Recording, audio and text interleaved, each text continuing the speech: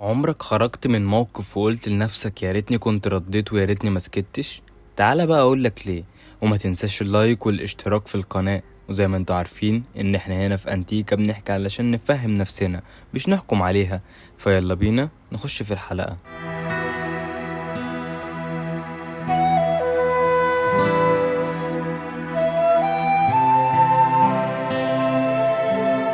في واحد صاحبي كان دايما يسكت لما حد يجرحه ويقولك مش عايز اعمل مشاكل وخلاص، بس النتيجة ان بقى كل دي تبقى التراكمات جواه، ولما انفجر في وقت غلط جدا ومع ناس مش هما السبب. ساعات السكوت مش حكمة، ساعات بيبقى تأييد، ولما تبقى تفك التأييد ده بتحس بخفة عمرك ما كنت تجربتها.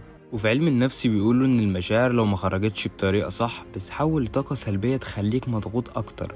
والتعبير ده مش معناه دراما، ممكن يكون في نطاق جملة هادية زي اللي عملته ضايقني، او محتاج وقت افهم نفسي. البساطة ساعات اقوى من الصريخ، واوقات كلمة هادية بتغير الدنيا حواليك. بس خد بالك، انك تعبر عن ده مش معناه انك لازم تاخد حقك في نفس اللحظة.